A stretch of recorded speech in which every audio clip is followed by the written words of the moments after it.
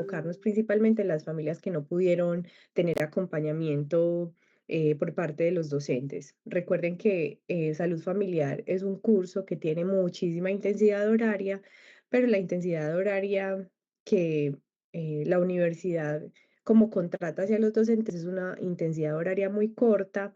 Eso no impide pues que nosotros hagamos actividades de acompañamiento extra a las familias, pero esto viene como en proceso de transformación, sobre todo porque ya en el cambio del pensum, salud familiar va a tener créditos, porque va a tener una coherencia desde segundo semestre hasta octavo semestre, que es que vamos a tener salud familiar, que tenga créditos va a permitir que tenga su propio horario, que podamos tener más tiempo de visitas. Tenemos varias ideas planteadas, entre ellas que los profes nos dividamos por territorios a las familias, eso va a ser muy importante. Entonces, por ejemplo, yo acompañé un semestre donde estaban muchas familias de Comuna uno. Entonces, claro, si yo conozco estas familias y continúo en el seguimiento, yo voy a saber qué familia me falta o alguna novedad que pasó con la familia, si la familia se movió del territorio, si hay alguna persona de esas familias de Comuna uno que tiene unas situaciones específicas para hacer un direccionamiento prioritario como a las rutas de la ciudad. Creo que a ustedes es muy poco probable que ya les toque ese cambio de pensum, pero sí que tengan el conocimiento de que cada una de las retroalimentaciones que ustedes han hecho en este módulo, que realmente es un módulo que viene en construcción, que es muy nuevo, a mí no me tocó en el pregrado, pues claro que yo no me gradué ayer, yo ya me gradué ya hace más de 5 añitos, pero es relativamente muy nuevo. Entonces cada una de las observaciones de ustedes ha sido muy importante para la construcción de este módulo. ¿Quién me ayuda a leer?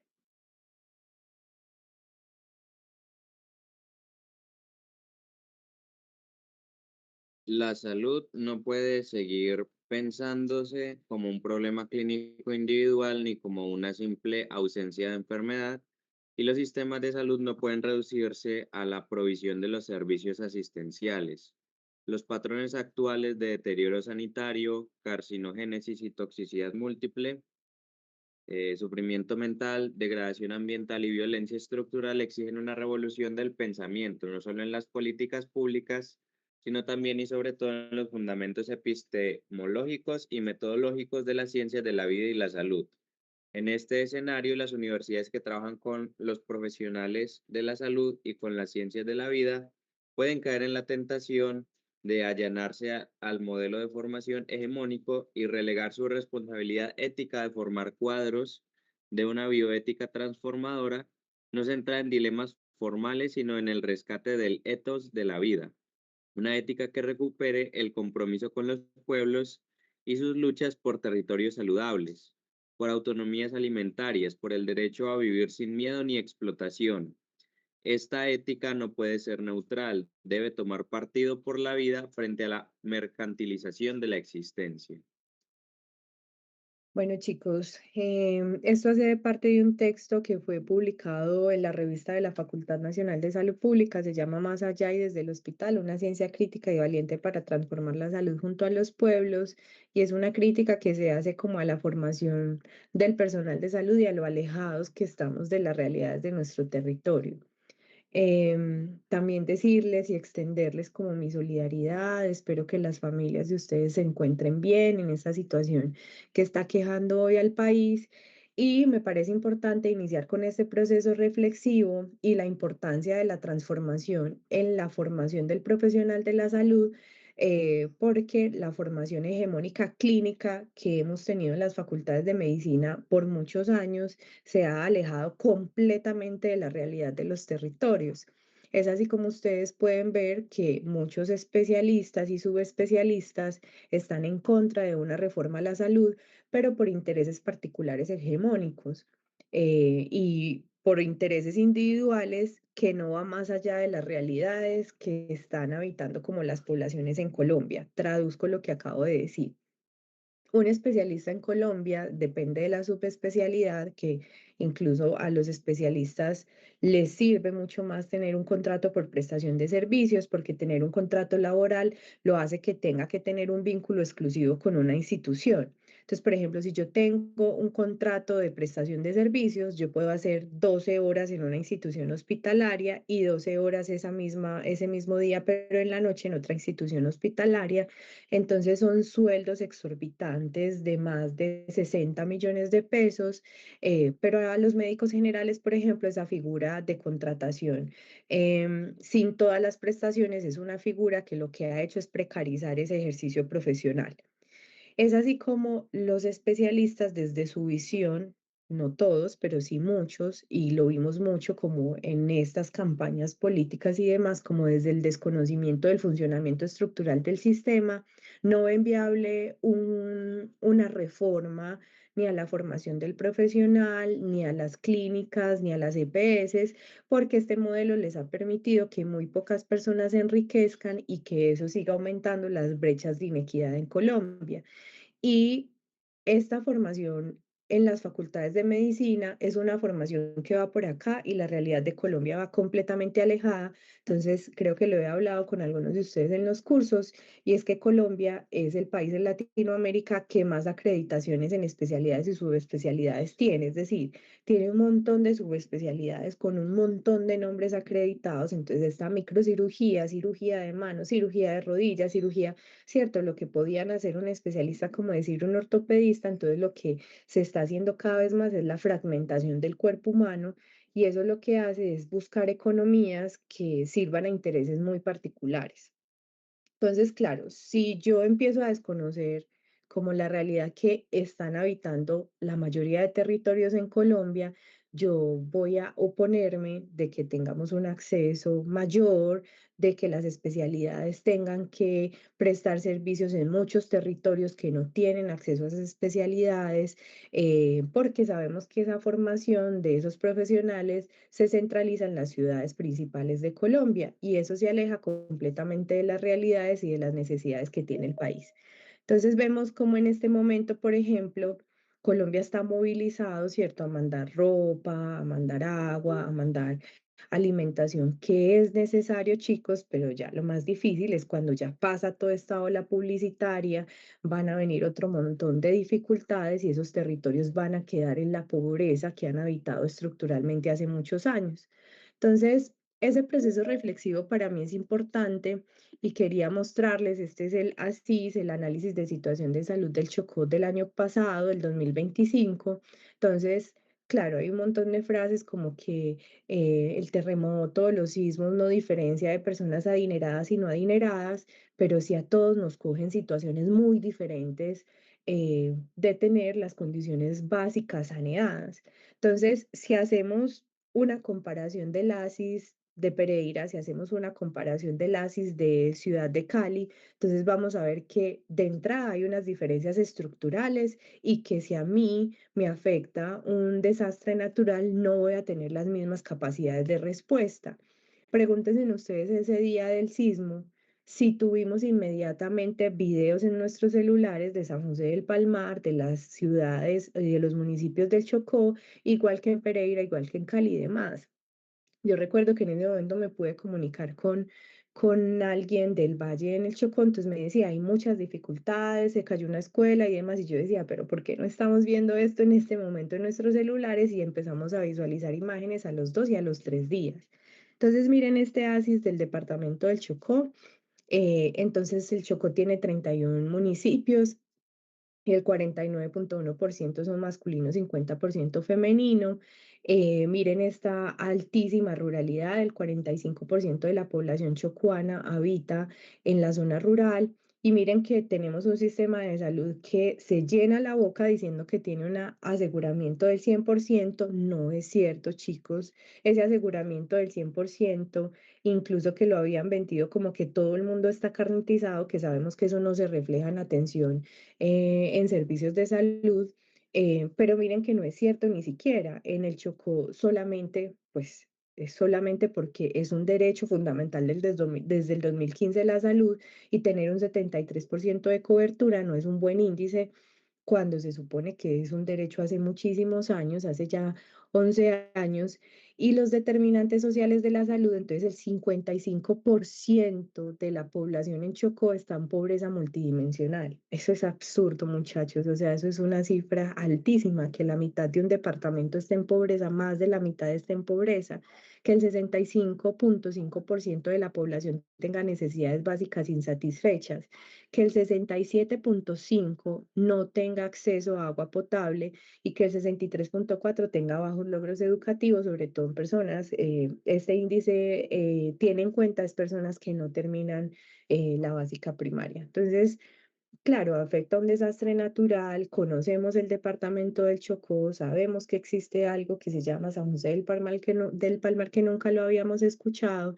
Jesús Abad Colorado decía una frase muy importante, y es que nosotros conocemos la geografía colombiana a través de la guerra. Entonces, sabemos que existe Bojayá, no porque nos interesaba la cultura de Bojayá, los cantadores y las cantadoras de Bojayá, la cocina deliciosa de Bojayá, sino que conocemos Bojayá porque hace mucho tiraron un cilindro bomba en la iglesia de Bojayá, ¿cierto? Entonces, en este territorio hemos conocido la geografía de nuestro país, pero a través de las tragedias.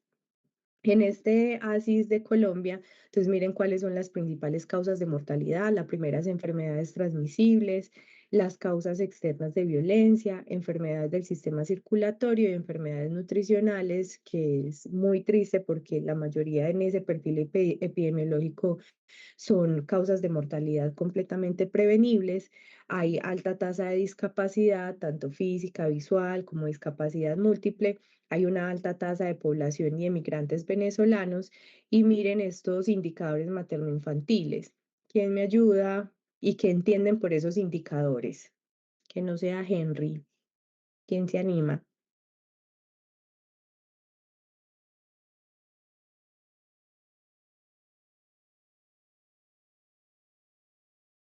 Chicos,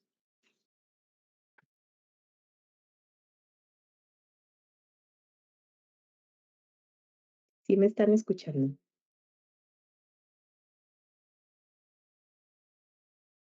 Sí, Creo profe. que sí. ¿Quién me ayuda a revisar? A ver, chicos, ustedes están en la adolescencia, ya vieron pediatría.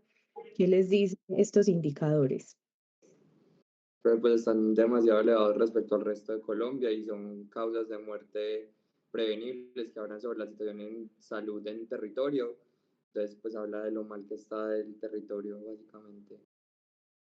Entonces, miren que es una inequidad, chicos, muy abrumadora. O sea, que yo tenga una razón de mortalidad en Colombia del 44,7, pero en el Chocó sea de 255, es una discriminación estructural muy grande. ¿Entendemos qué es discriminación estructural cuando lo hablamos así? ¿Qué entienden por discriminación estructural?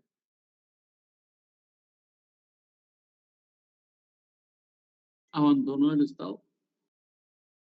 Abandono del Estado, no, exacto, pero desde la infraestructura, ¿cierto? Desde los derechos básicos fundamentales, estructuras de educación, estructuras de salud, estructuras de acueducto.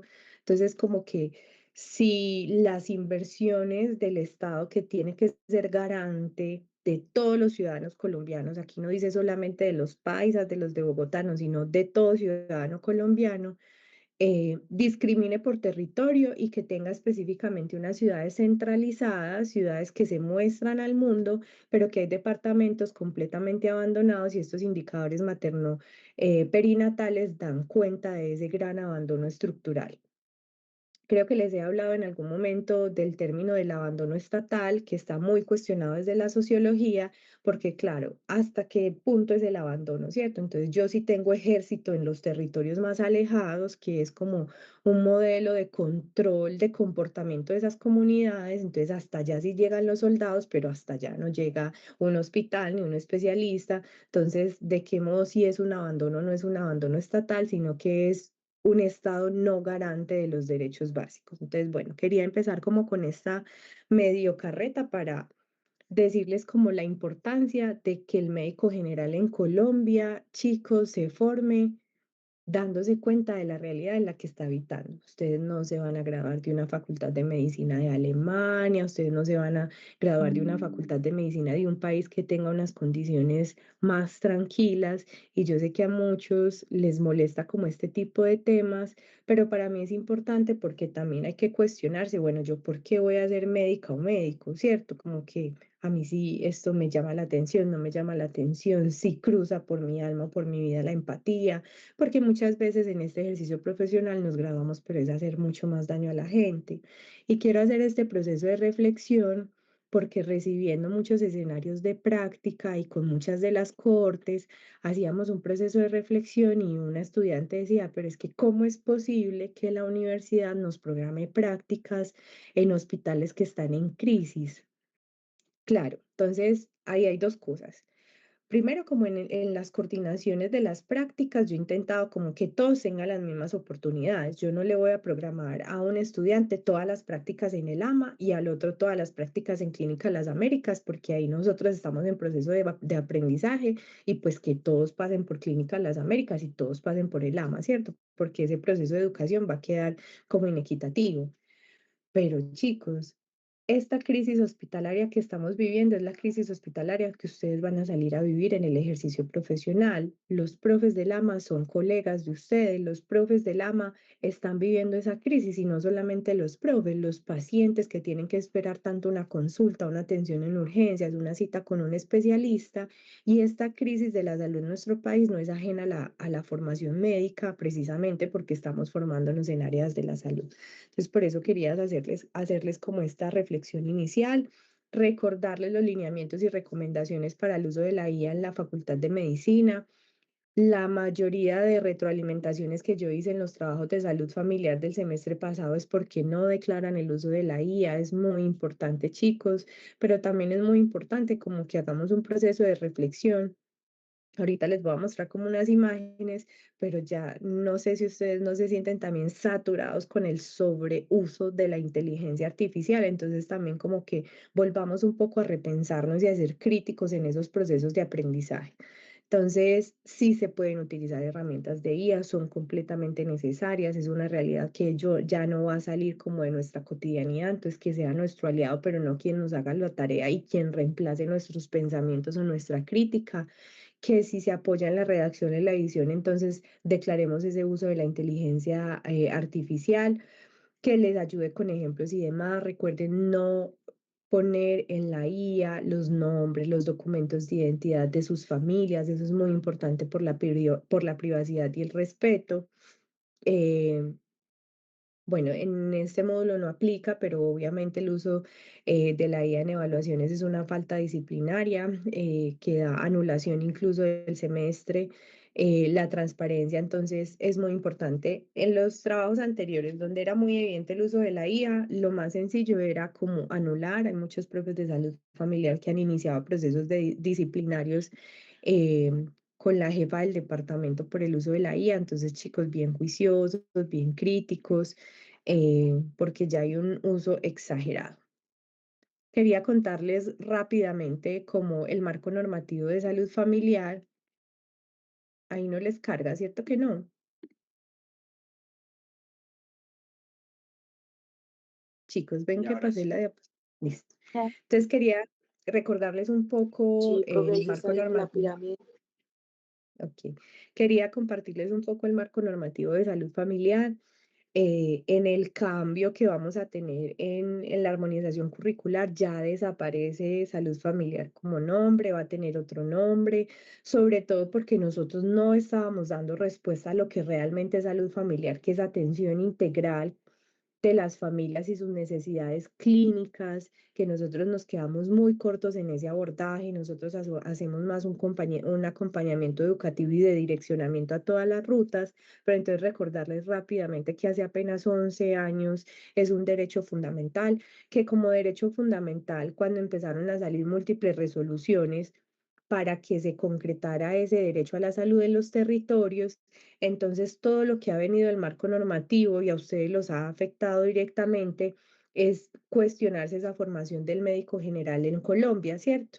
Entonces, muchas veces yo les contaba que por muchas resoluciones que han salido en las especialidades se les está exigiendo que tengan abordajes en salud familiar o en los territorios. Entonces, claro, antes, ¿quién era la fea de la facultad o el feo de la facultad?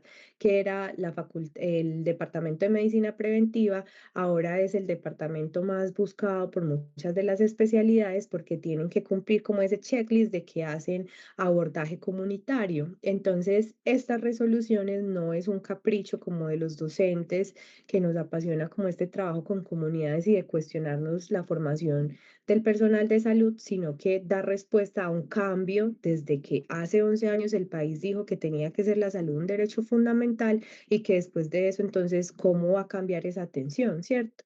La ley 100 era una ley completamente basada toda su inversión en la infraestructura clínica, en los equipos clínicos, pero no en los territorios. Entonces ya la 3280 y todo ese marco, todo ese cambio en el marco normativo hace que se cambie también ese perfil del médico en la formación.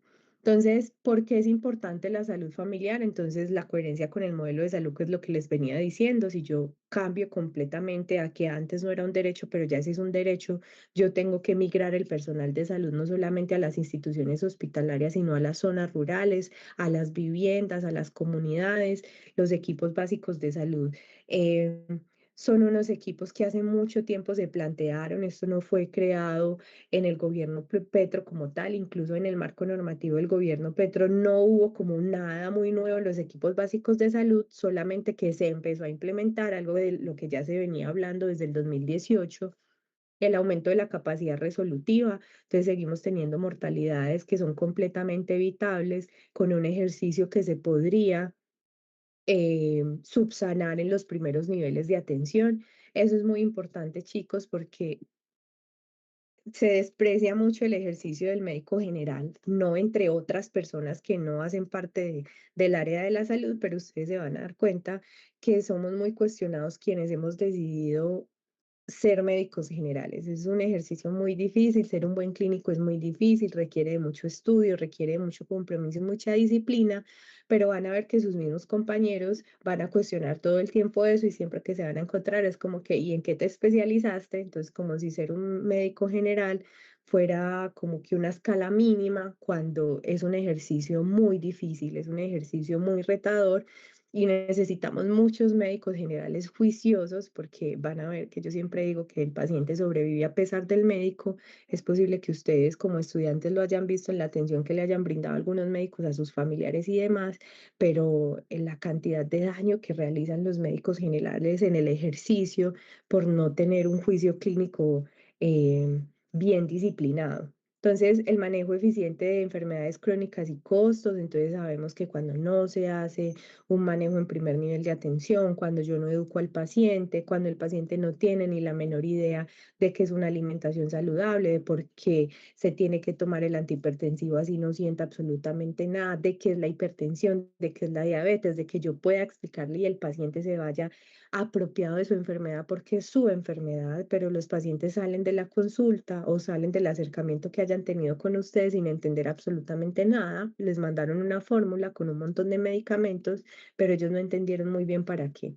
Y entonces, entre este manejo eficiente de enfermedades crónicas y costos, entonces hay una brecha entre la oferta educativa y la necesidad real. En el Colegio Médico Colombiano tiene varios abordajes de la crítica que se le hace al personal de salud por esa formación que se está teniendo en Colombia de muchos subespecialistas, pero no de especialidades básicas que también son necesarias en los territorios como pediatría, ginecobstetricia y la figura del médico especialista en salud familiar o el médico de familia, que no sé si saben, pero el Departamento de Medicina Preventiva ya está casi todo listo el programa porque se va a sacar la especialidad de médico familiar, junto, pues se ha construido muy juicioso desde el departamento en compañía de los médicos del posgrado de medicina de urgencias, del posgrado de medicina interna y demás. Entonces es una figura muy necesaria que es extraño que que la Universidad de Antioquia y la Facultad de Medicina no tuviera ese posgrado, entonces es muy importante como para la realidad que venimos enfrentando. Entonces, ¿Es necesario formar profesionales con enfoque en salud familiar? Sí es necesario, chicos. El modelo tradicional, que es el modelo con el que veníamos de la Ley 100, entonces la unidad de atención es el individuo como tal, es un enfermo que está completamente aislado. El enfoque asistencial es un enfoque de biomedicina, es un enfoque solamente desde la formulación, el lugar de intervención es el consultorio o una institución hospitalaria y la resolución de problemas se ve fragmentada por especialistas.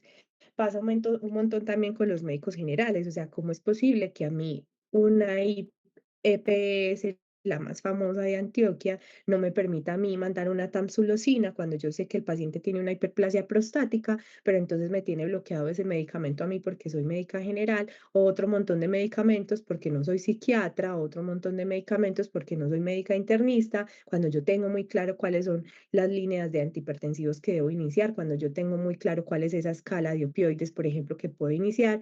Entonces, claro, este modelo de atención ha fragmentado completamente, entonces te obliga a que tú tengas que mandar al urólogo, a que tú tengas que mandar al médico internista para que mande el medicamento que tú como médico general lo puedes hacer. Y el modelo de salud familiar, entonces, el enfoque como tal o la unidad de análisis no es el individuo, es la familia, es su entorno, es su comunidad, es las prácticas cotidianas que tiene, es cómo se alimenta, es cómo trabaja, es cómo se transporta, es qué lo enferma en su cotidianidad y qué no lo enferma, porque ya hemos visto que definitivamente nacer en el Chocó no es lo mismo que nacer en Pereira, ¿cierto? Y desde el nacimiento tengo unas condiciones estructurales que van a definir de qué me voy a enfermar y de qué me voy a morir. Y eso es muy claro que lo tengan como en su cotidianidad, porque a ustedes les va a llegar el paciente en consulta y no es lo mismo que le llegue a usted una mujer campesina que no sabe ni leer ni escribir, que fue remitida desde el Chocó a su consulta para que usted le lea una citología y no es lo mismo que usted le diga a una campesina que tiene una lesión precancerosa o que tiene una citología alterada, a que tú atiendas a una mujer en Medellín, blanca, que tiene un posgrado, que vive acá en la ciudad y demás, a que le leas el mismo examen. Entonces, define el territorio en el que habitas o de dónde naciste y eso es muy importante de que los médicos empezamos a intervenir específicamente teniendo una lectura completa de la realidad de ese paciente. Entonces, el enfoque acá sería un enfoque preventivo e integral, obviamente sin perder la clínica y el juicio que tenemos que tener nosotros con el ejercicio clínico. El lugar de intervención puede ser en las instituciones hospitalarias, puede ser en hospitalización, puede ser en urgencias, pero no limitarse a esos escenarios, sino en hogares, escuelas y territorios, que por ello es muy importante que ustedes en su ejercicio profesional se formen también y que puedan conocer a la ciudad. Muchos de ustedes que son foráneos, que puedan conocer dónde queda Granizal, ¿cierto? Porque los turistas acá solamente conocen algo tan grave que le pasó a la Comuna 13 como la Operación Orión y que ya sea un tour de grafitis y demás, pero que desconozcamos lo que hay detrás, que es la escombrera o lo que ustedes ven en la realidad entre Granizal, que Bello dice que no es mío y Medellín tampoco. Entonces es muy importante como que empaparse de cuál es esa realidad de los pacientes que van a llegar a su consulta. Entonces por eso la importancia, chicos, de la formación en salud familiar. No sé si les había contado que en algún momento pusieron una queja que porque ustedes salían como estudiantes de medicina a los territorios y ustedes no se habían matriculado al pregrado de trabajo social. Entonces, ¿a quién vamos a atender a la consulta, cierto? ¿Qué es ser médico general? Médico general es hacer una fórmula, general es saber qué es un medicamento, cuál es la farmacocinética, la farmacodinámica de un medicamento, ¿cierto? ¿Qué es la integralidad de ser un médico general? Entonces, este es el perfil del profesional del egresado de medicina de la Universidad de Antioquia, que no está alejado a que ustedes salgan a los territorios a visitar la familia, y menos en una universidad pública, en una universidad que los está formando con muchos recursos de los demás ciudadanos. Entonces, el módulo de salud familiar es un módulo que intenta ser integrador. Uno de ustedes me había escrito porque creo que en la inducción les dijeron como que tenían que escribirme a mí por casos de algunos adolescentes. Entonces les cuento que antes se hacía un abordaje, los compañeros que tenían el módulo previo y cuando llegaban a séptimo semestre decían, bueno, Si no tienen adolescentes en sus familias, busquen un adolescente y les hacen una historia clínica y demás. Me parece que eso se aleja muchísimo más de lo que es salud familiar y el enfoque de familia, porque no podemos, porque ustedes están viendo adolescencia, hacer a un lado a la familia y buscar otro adolescente. Entonces, si bien están en el módulo, en el semestre de adolescencia 2, entonces vamos a continuar en el trabajo con nuestras familias, pero en los encuentros que vamos a tener presenciales, que son 2 encuentros, vamos a hacer un análisis de todo el enfoque psicosocial del adolescente, de unas problemáticas principales en la adolescencia, de unas causas de mortalidad principales en la adolescencia y de una mirada crítica a esa etapa de la adolescencia. Entonces, estas son las actividades iniciales, chicos. Teleeducación ya está actualizado, ya lo pueden revisar. La primera tarea, por favor, el plazo es hasta el lunes 17 de agosto hasta la medianoche. Muchos de ustedes y del séptimo semestre que ya pasaron a octavo, se les olvidó diligenciar el FORMS. Esto tiene un porcentaje de calificación porque estas son las herramientas con las que yo nuevamente empiezo a trabajar, empiezo a programar las asesorías y les comunico las salidas a su territorio. En la página de Teleeducación está el link y este es el código QR por si alguien está conectado desde el computador y lo quiere como leer y demás. Entonces, recuerden el plazo, solamente lo diligencia uno de ustedes por grupo. Em, Adolescencia tiene unas complejidades que precisamente es por ello que es importante que Salud Familiar se independice y es lo siguiente. La mayoría de profesores que acompañan los semestres de salud familiar, ejemplo, yo que los acompañé el semestre pasado, entonces yo tenía todo el semestre donde me respetaban los martes en la tarde, ¿cierto? Y yo daba respuesta a Salud y Sociedad 3. Nadie podía tocar esos espacios. Ya vieron que en adolescencia ustedes se subdividen en 4 bloques grandes y ustedes pasan solamente por un bloque de adolescencia y luego ya ustedes se van a otros bloques. Como nuestro porcentaje responde a esa adolescencia, entonces los porcentajes acá puede que suene un poco enredado, luego lo revisan nuevamente en Teleeducación, que sé que les va a quedar la claridad.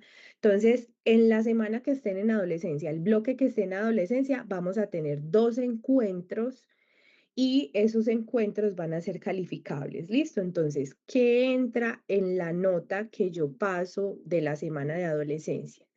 El diligenciamiento del FORMS, que pilas que vale un 10%, el seminario 1, que se llama Adolescencia, Salud y Desigualdad, una mirada crítica a los riesgos prevalentes, y el segundo seminario, y es cuáles son las rutas de ciudad para la población vulnerable, que son unas herramientas que vamos a aprender a utilizar y demás para el resto de la vida.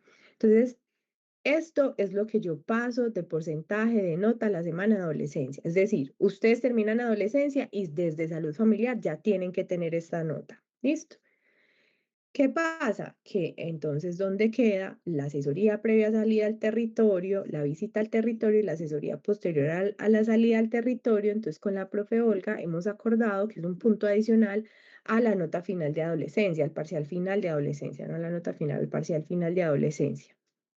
Entonces, en la página van a encontrar cuáles son los condicionantes para la asesoría previa a la salida al territorio. La visita al territorio tiene un porcentaje del 50% y la asesoría posterior a la salida al territorio. Es muy importante, chicos, que tengan en cuenta que deben tener en la asesoría previa a la salida al territorio. ¿Por qué? Porque muchos de ustedes en las asesorías pasadas llegaban sin absolutamente nada y como si fuera una conversa, sin yo tener conocimiento como de sus familias, de las problemáticas y demás. Y es posible que en las entregas finales que hicieron el semestre pasado quedaron temas pendientes por tratar, entonces para que continuemos como en ese ejercicio de intervención. En Teleeducación entonces van a ver las salidas al territorio, son múltiples salidas al territorio, pero ¿qué pasa? Como hemos tenido dificultades, sobre todo con el desplazamiento, si bien, por ejemplo, a Cabullal hay 3 fechas pactadas para salida, no pueden inscribirse ustedes en esas fechas. Ya no va a haber un Excel donde ustedes van y se diligencian, sino que primero, según el diligenciamiento del FORMS, yo les asigno qué fecha tienen que salir al territorio. ¿Listo? Para que no se acumulen tantos estudiantes y para que el acompañamiento de los docentes pueda ser más integral. Entonces, Antes ustedes se inscribían en un Excel para las salidas, ya no lo tienen que hacer. Mi herramienta principal es que puedan diligenciar el Forms para yo explicarles cuándo va a ser su salida al territorio. Listo, chicos. Esta recomendación se las quiero dejar. Es una cátedra de formación ciudadana. Estén pendientes de esas cátedras. Viene gente muy tesa, muy chévere. Generalmente las hacen en la Facultad de Salud Pública o en el auditorio de la Facultad de Medicina. Las charlas generalmente quedan grabadas en YouTube, a no ser de que el expositor diga que no quiere que quede montada. Hay muchas charlas muy buenas que no pueden ser montadas, pero les recomiendo esta que está en YouTube. Se llama El impacto social y político de la memoria de las víctimas. Es con el padre Francisco Berrux, que fue el presidente de la Comisión de la Verdad. Entonces les dejo como esta recomendación. Este es mi correo electrónico, juliana.galeano@udea.edu.co. Les pido por favor, chicos, como mucha paciencia. Lo que me ha pasado siempre es que ustedes me escriben un correo en la mañana y en la tarde ya Gladys me tiene una nota que yo no respondo y demás. Estoy ya más juiciosa pues con mi ejercicio del correo. Entonces ahí yo les puse en Teleeducación cuáles son los días hábiles de respuesta. Igual por medio de la representante quedó súper pendiente y no sé si todos sabían, pero Henry es el nuevo monitor de nuestro departamento, entonces a través de Henry también podríamos comunicarnos. ¿Listo? ¿Tienen alguna pregunta, algo que no les quede claro?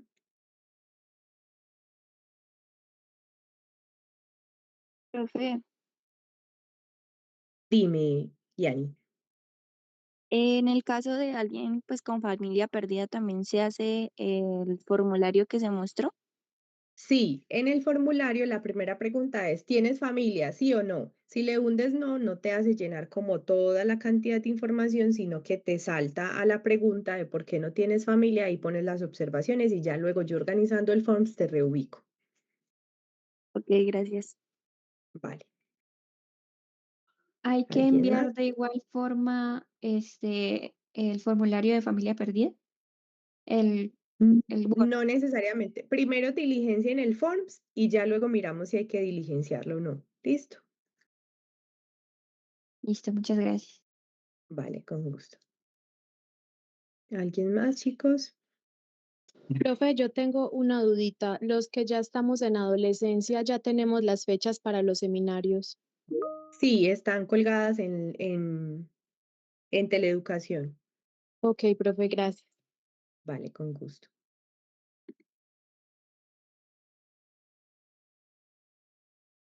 Listo, chicas y chicos. Les envío un abrazo. Nuevamente espero que ustedes y sus familias se encuentren muy bien.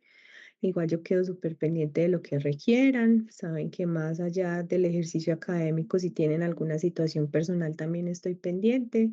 Les envío un abrazo. Que tengan un feliz descanso este fin de semana. Muchas gracias, profe, igualmente. Gracias, Muchas profe. gracias, Que profe. estén muy Muchas bien. gracias. Luego.